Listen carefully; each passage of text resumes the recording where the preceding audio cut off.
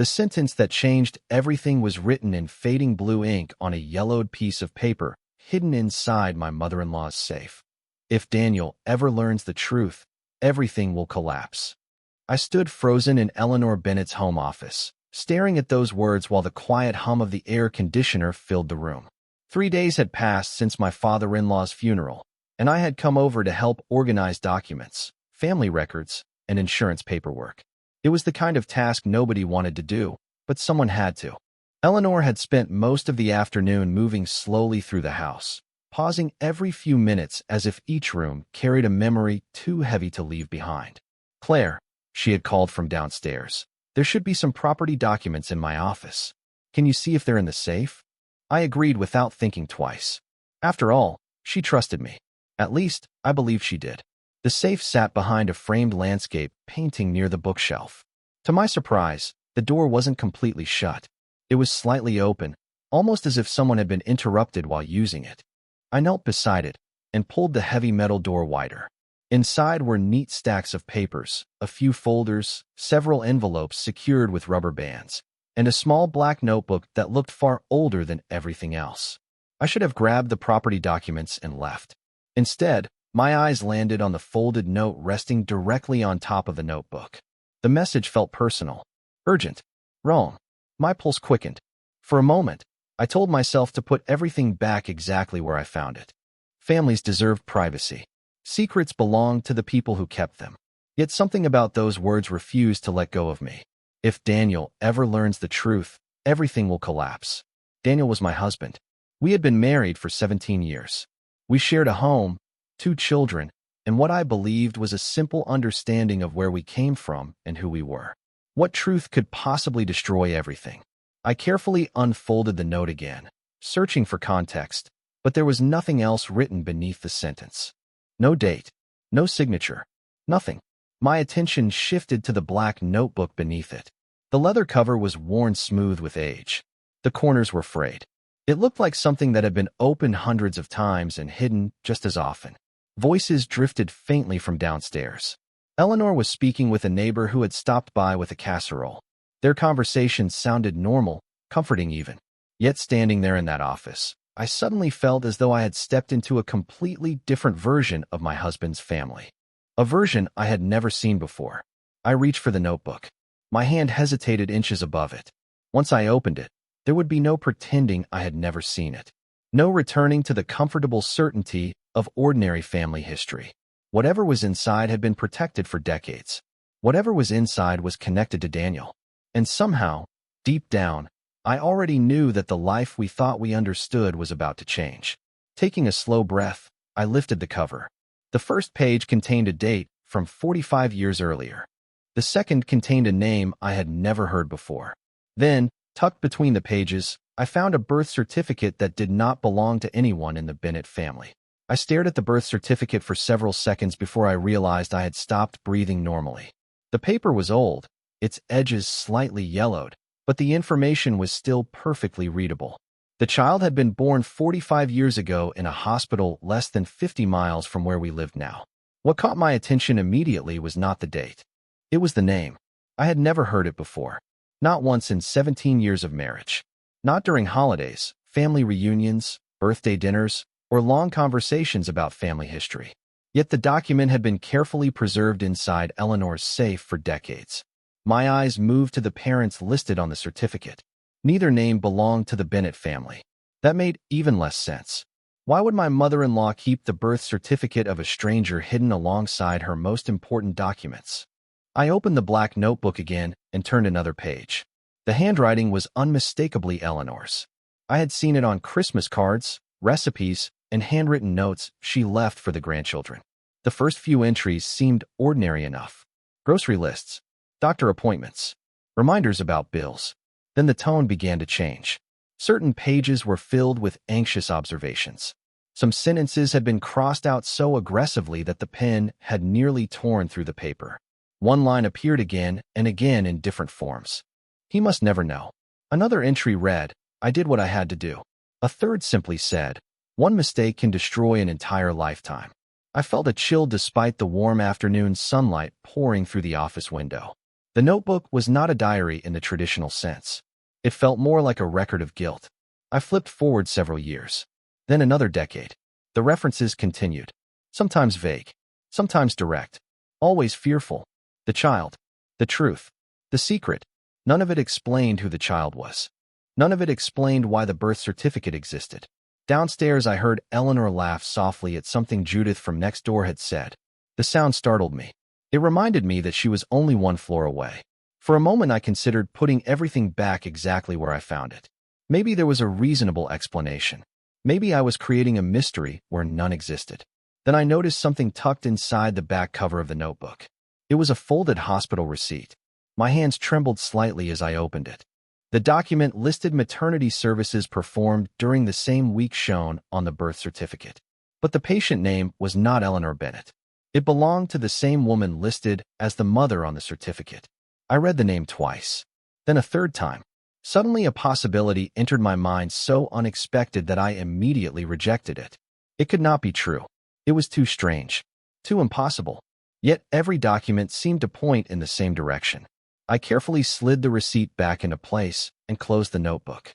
The pieces were beginning to connect, but the picture remained incomplete. Then I noticed one final item hidden beneath the stack of papers. It was an old photograph. As I lifted it into the light, I saw a young woman holding a newborn baby. Written on the back was a single sentence that made my heart pound. Someday I will come back for my son. I turned the photograph over several times, hoping I had misunderstood what was written on the back. The ink had faded with age, but the message remained unmistakable. Someday I will come back for my son. I looked again at the young woman holding the baby. She could not have been more than 25. Her smile seemed genuine, proud even, the kind of expression a mother might have while imagining a future filled with ordinary milestones and family memories. Yet somehow that future had vanished. The photograph had been hidden for 45 years inside Eleanor's safe. I slipped the picture back into the folder and carefully returned everything exactly as I had found it. By the time I walked downstairs, my thoughts were racing. Eleanor was standing in the kitchen arranging flowers someone had brought after the funeral. She looked tired, smaller somehow than she had a week earlier. When she smiled at me, I felt an unexpected wave of guilt. For years, she had been a loving grandmother to my children. She remembered every birthday, every school concert, every holiday tradition. Nothing about the woman standing in front of me matched the fearful voice I had discovered inside that notebook. "Did you find the property documents?" she asked. "I did," I replied, handing her the folder I had originally gone upstairs to retrieve. My voice sounded normal. At least I hoped it did. Eleanor thanked me and returned to arranging the flowers. If she sensed anything unusual, she did not show it. That evening, Daniel and I sat on our back porch after the children had gone to bed. The late summer air was warm, and the neighborhood was quiet except for the distant sound of sprinklers running across nearby lawns. Daniel stared out into the darkness for several moments before speaking. "I still cannot believe Dad is gone." I reached for his hand. We sat together in silence. Then I found myself studying his face more carefully than ever before. The shape of his jaw, the color of his eyes, the small details I had seen every day for nearly 2 decades. Suddenly, I wondered how much of what he believed about himself was actually true. The thought made me uncomfortable. He was grieving. This was not the time to burden him with questions I could not yet answer. Over the next 2 days, I tried to focus on normal life. School pickups, grocery shopping, work emails. Yet my mind kept returning to the notebook, the birth certificate, and the photograph. Finally, I searched public records late one evening after everyone else had gone to sleep. I entered the name from the birth certificate into an online archive. At first, nothing appeared. Then a decades-old newspaper article surfaced. The headline mentioned a young woman who had disappeared from the area shortly after giving birth. I stared at the screen. My heartbeat quickened. The article contained only a few details, but one sentence stood out immediately. Friends claimed she had been desperately searching for her missing infant son before she vanished from public view. I read the line again and again. Then I noticed the name of someone quoted in the article. It belonged to a woman still living in town, Judith Collins. The next morning, I sat in my car across from Judith Collins's small brick house for nearly 10 minutes before gathering the courage to walk to her front door. I had met Judith dozens of times over the years. She had attended family barbecues, holiday dinners, and even my children's graduation parties. She was one of Eleanor's oldest friends. If anyone knew the truth about the woman in the newspaper article, it would be her. When Judith opened the door, her expression brightened at first. Then it changed the moment she saw how serious I looked. "Claire, is everything all right?" she asked. "I hope so," I replied. "I just need to ask you something." A few minutes later, we were sitting at her kitchen table. Sunlight streamed through lace curtains while a coffee maker hummed quietly on the counter. For a moment, I almost convinced myself that the documents in Eleanor's safe had nothing to do with Daniel. Then I placed a printed copy of the newspaper article on the table. Judith's face immediately lost all color. She stared at the page without touching it. Neither of us spoke for several seconds. Finally, she pushed her chair back slightly. "Where did you find this?" she asked. "That is not important," I said carefully. "What matters is whether you knew her." Judith looked away toward the window. Her eyes seemed fixed on a memory she had spent years trying to forget. "Some stories are better left alone," she said quietly. "Not when they affect my family." She closed her eyes briefly. "Claire, you do not understand what you are digging into." "Then help me understand." The room fell silent again. Eventually, Judith stood and walked to a cabinet near the refrigerator. She removed an old photo album and carried it back to the table. Her hands trembled slightly as she opened it. Inside were photographs from more than 4 decades ago. Community picnics, church gatherings, school events. Then she stopped on one page.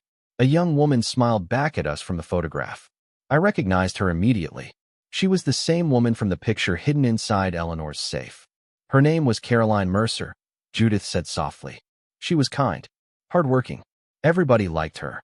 I felt my pulse quicken. What happened to her? Judith hesitated. That depends on who you ask. She traced a finger along the edge of the photograph. Officially, she left town. That is what everyone believed. And unofficially, Judith looked directly at me. For the first time since arriving, I saw genuine fear in her eyes. Unofficially, Caroline spent months searching for her baby. She told anyone who would listen that something was wrong. My stomach tightened. Did she ever find him? Judith swallowed hard before answering. No. But before she disappeared from public life, she told me something I never forgot. I leaned forward. Judith's voice dropped almost to a whisper. She said a woman she trusted had taken everything from her. Then Judith slowly spoke the name that made my heart stop. That woman was Eleanor Bennett. For several moments I could not respond. The kitchen seemed smaller somehow, as though the walls themselves had moved closer. Judith sat quietly across from me, her hands folded around a coffee mug that had long since gone cold. I replayed her words again and again in my mind. Caroline Mercer had believed Eleanor was responsible. Not a stranger. Not some mysterious figure whose name had disappeared into history. Eleanor, the woman who had welcomed me into her family. The woman my children called Grandma. Why did nobody do anything? I finally asked. Judith sighed heavily. People asked questions at first. Then the questions stopped. Back then, things were different. Records were harder to access. Rumors came and went. Eventually, everyone moved on with their lives. Except Caroline. Judith lowered her eyes. No, not Caroline. I drove home feeling as though I was carrying a weight no one else could see. Every traffic light seemed to last forever. Every familiar street looked slightly unfamiliar. By the time I pulled into the driveway, I had made one decision. I could not tell Daniel yet. Not until I had proof. Real proof. Not old photographs, suspicious notes, and stories from decades ago. That evening, after dinner, I watched him help our son with homework at the kitchen table. The sight made my chest tighten. Daniel was patient and kind. He had spent his entire life believing one story about who he was. If that story turned out to be false, it would affect far more than him. It would affect all of us. Later that night, after everyone was asleep, I returned to my laptop. I searched every public archive I could find. Newspaper records, property filings, old city directories. Hour after hour passed. Most of what I found only raised more questions. Then, shortly after midnight, I discovered something unexpected. A scanned copy of a local newspaper from 44 years earlier contained a brief announcement buried near the bottom of a page. The article mentioned a fundraiser organized by several residents to help a young woman named Caroline Mercer relocate after what it described as a difficult personal tragedy. Attached to the article was a grainy photograph. My breath caught immediately. Standing beside Caroline was a younger version of Eleanor Bennett. They were smiling with their arms around each other. Friends. Close friends. I enlarged the image and stared at it. Judith had been right. The two women knew each other well. Much better than I had imagined. Then I noticed another name listed among the fundraiser organizers. It belonged to Michael Harper. The same Michael Harper who was still practicing law in town today. The same Michael Harper who had handled my father-in-law's estate paperwork after the funeral. I leaned back slowly in my chair. If anyone knew what had happened 45 years ago, it might be him. But before shutting down my computer, I opened one final search result connected to Caroline Mercer. What I found there made my pulse race. According to the record, Caroline had never left the state at all. She was still alive. The next morning, I called Michael Harper's office and asked if he had time to meet. I expected his receptionist to schedule something weeks away. Instead, after hearing my name, she placed me on hold for less than a minute before returning. "Mr. Harper can see you this afternoon," she said. The speed of the response immediately caught my attention. By 3 o'clock, I was sitting across from him in a quiet office lined with shelves of legal books. Michael looked exactly as he always had. Calm, professional, careful with every word. After offering coffee, he folded his hands on the desk and waited. "What can I do for you, Claire?" he asked. For a moment, I considered pretending the meeting was about estate paperwork. Instead, I pulled out a copy of the newspaper article and placed it on the desk between us. The change in his expression was subtle, but I noticed it. His eyes lingered on the photograph of Caroline Mercer and Eleanor standing together. Then he slowly looked back at me. "Where did you find this?" he asked quietly. It was the second time someone had responded to that article with the exact same question. "I have been looking into something," I said. "And every path keeps leading back to Caroline Mercer." Michael leaned back in his chair. For several seconds, neither of us spoke. Finally, he sighed. "Some stories survive because people keep them alive. Others survive because nobody is willing to tell the truth." "Which one is this?" I asked. He gave a sad smile. "That depends on who is asking." I took a deep breath. I found documents. A birth certificate. A photograph. A notebook. And now I know Caroline never left the state. Michael's face became very still. "Then you already know more than most people ever did." I waited. Eventually, he stood and walked toward a filing cabinet near the window. After unlocking one of the drawers, he removed a thin folder. He stared at it for a moment before bringing it back to the desk. "Your father-in-law asked me to keep this many years ago," he said. "He told me it should only be opened if the truth ever started finding its own way to the surface." My heartbeat quickened. Michael slid the folder across the desk. Inside was a single handwritten letter. The paper was decades old. The signature at the bottom belonged to Caroline Mercer. I carefully began reading. The letter was addressed to someone she called her dearest friend. As I continued, my stomach tightened. Caroline wrote about confusion, heartbreak, and fear. She wrote about searching for answers nobody would give her. Most importantly, she wrote about her son. Near the end of the letter, one sentence seemed to leap from the page. "I know he is alive, and one day I will find him." I looked up. Did she ever find him? Michael's expression told me the answer before he spoke. "No." The room fell silent. Then he said something that changed everything. "But Caroline was not the only person searching." I stared at him. "What does that mean?" Michael hesitated. Then he opened another section of the folder and revealed a recent document dated less than 6 months earlier. Someone else had been investigating the same secret. The name on the paperwork was Eleanor Bennett. For the entire drive home, I could not stop thinking about the date on that document. 6 months earlier. While everyone else believed Eleanor was focused on caring for her husband during his declining health, she had apparently been searching for answers connected to a secret buried for nearly half a century. That detail changed everything. Until that moment, I had assumed she spent decades trying to keep the truth hidden. Now another possibility emerged. What if she had been trying to find someone? What if guilt had finally caught up with her? When I arrived home, Daniel was in the living room sorting through old family photographs from his father's collection. He smiled when I walked in. "You would not believe some of these haircuts," he said, holding up a faded picture from the 1980s. I forced a smile and sat beside him. For a few minutes I looked through the photographs with him. Vacations, birthday parties, school events, ordinary memories. Then something caught my attention. In several pictures from Daniel's childhood, Eleanor looked strangely tense. It was subtle, a glance over her shoulder, a forced smile, an expression that seemed more worried than joyful. Maybe I was imagining it. Or maybe I was finally seeing things I had overlooked for years. That night, after Daniel went upstairs, I opened my laptop again and reviewed the copies I had made of the documents. One page from Michael's folder stood out. It contained contact information connected to Eleanor's recent search. Most of it was routine. Public records offices, genealogy services, archive requests. Then I noticed one address highlighted in yellow. It belonged to a small town less than 30 miles away. The same town where public records indicated Caroline Mercer still lived. My heart began to race. The next morning I took a personal day from work and drove there alone. The town was quiet and well-maintained, filled with tree-lined streets and modest homes. I parked across from a small white house with blue shutters. According to the records, Caroline had lived there for more than 20 years. I sat in my car for several minutes, staring at the front porch. Part of me wanted to leave. Another part knew I had already come too far to turn back. Before I could make a decision, the front door opened. An older woman stepped outside carrying a watering can. Her hair was silver now. Her movements were slower, but I recognized her immediately from the photograph hidden inside Eleanor's safe. Caroline Mercer was standing less than 50 feet away. I watched as she watered flowers along the porch railing. There was something peaceful about her, something that made the entire story feel even sadder.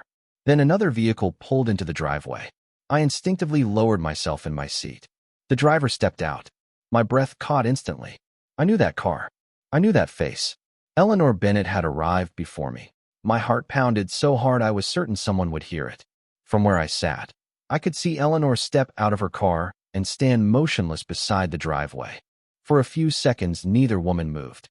Caroline remained on the porch holding the watering can while Eleanor stared at her as though she had traveled back in time. Then Caroline slowly set the watering can down. Even from across the street, I could tell she recognized her immediately. 45 years had passed, yet neither seemed confused about who the other was.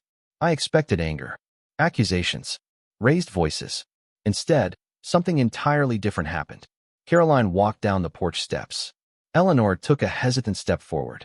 When they finally stood face to face, both women appeared overwhelmed by emotions too complicated for words. Caroline spoke first. I could not hear what she said, but I saw Eleanor lower her head. The gesture surprised me. It looked less like a defense and more like regret. Several moments passed before Caroline motioned toward the house. To my astonishment, Eleanor followed her inside. I remained in my car, unsure what to do. Every instinct told me to leave. Another part of me knew this meeting might contain the answers everyone had been searching for. Nearly an hour passed. The afternoon sun shifted lower in the sky. Finally, the front door opened again. The two women stepped outside together. This time, Caroline carried a small cardboard box. She handed it to Eleanor carefully, almost reverently. Eleanor accepted it with trembling hands. Then something happened that I never expected. Caroline reached forward and embraced her. It was not the embrace of close friends, nor was it the embrace of enemies. It felt like the acknowledgement of a shared burden carried for far too long. Eleanor wiped her eyes before returning to her car. She sat behind the wheel for several minutes without starting the engine. Eventually, she drove away. I waited until she disappeared from view before leaving my parking spot. My hands shook as I crossed the street. Caroline looked startled when she saw me approaching. For a moment, I worried she might send me away. Instead, she studied my face carefully. "You are connected to Eleanor," she said before I could introduce myself. It was not a question. I nodded. "My name is Claire Bennett." The moment she heard my last name, her expression changed. Not anger, not resentment, something closer to sadness. She invited me onto the porch and gestured toward a pair of old wooden chairs. For several seconds, neither of us spoke. Then her gaze settled on me with surprising gentleness. "You have questions," she said. I nodded again. Caroline looked toward the road where Eleanor's car had vanished. "I spent years searching for answers myself," she said softly. "But what you are looking for is not what most people believe." My pulse quickened. "Then tell me the truth." Caroline took a slow breath. Then she revealed the first secret that turned the entire story upside down. "Eleanor did not take my son," she said. "She spent 45 years trying to protect him." For several seconds, I simply stared at Caroline. Nothing she had said matched the story I had spent days constructing in my mind. Every document, every photograph, every secret note had pointed toward one conclusion. Yet now she was telling me something entirely different. Caroline folded her hands in her lap and looked out across the quiet street. People assume they understand a story when they only know the ending, she said softly. The truth is usually far more complicated. I listened without interrupting. Caroline explained that 45 years earlier, she had been struggling through circumstances that felt impossible to manage alone. During that difficult period, she had become close friends with Eleanor. They trusted each other completely. Then a series of legal and family complications created a situation neither woman had expected. Decisions were made quickly. Records became confused. People offered advice that only made matters worse. Before long, misunderstandings grew into rumors, and rumors became accepted facts. For years I believed Eleanor had failed me, Caroline admitted. But I eventually learned she was carrying burdens I never understood. She looked down at her hands. She spent decades protecting someone she loved. My heart pounded. Daniel? Caroline nodded. Tears filled her eyes. Yes. The ride home felt surreal. That evening I asked Eleanor if she would come to my house. She arrived carrying the same cardboard box I had seen earlier. We sat together at my dining room table after the children were asleep. For a long time neither of us spoke. Finally, Eleanor placed the box between us and opened it. Inside were letters, photographs, legal documents, and records stretching back more than 4 decades. Piece by piece, the full story emerged. Some of the assumptions people had made were wrong. Some were incomplete. Some had been created by fear, grief, and circumstances nobody could fully control. What mattered most was not the confusion of the past, but the choices made afterward. Eleanor had devoted her life to raising Daniel. She had loved him through every success and every failure. She had protected him, encouraged him, and stood beside him for 45 years. Yet she had also spent those same years carrying the weight of unanswered questions. I wanted to tell him so many times, she whispered, but I was terrified that the truth would only bring pain. The next weekend, Daniel joined us at the table. There were tears. There was shock. There were long silences. But there was also understanding. As the documents were shared and the conversations continued, something unexpected happened. Nobody lost a family. Instead, the family became larger. Several weeks later, Daniel met Caroline. Watching them speak for the first time was one of the most emotional moments I have ever witnessed. There were no dramatic confrontations, no anger, just 2 people trying to understand decades of missing history. As for Eleanor, the fear that had followed her for nearly half a century finally seemed to disappear. The secret hidden away for so many years had not destroyed everything. It had done the opposite. It had brought the truth into the light. And sometimes the truth, no matter how long it has been buried, becomes the first step toward healing.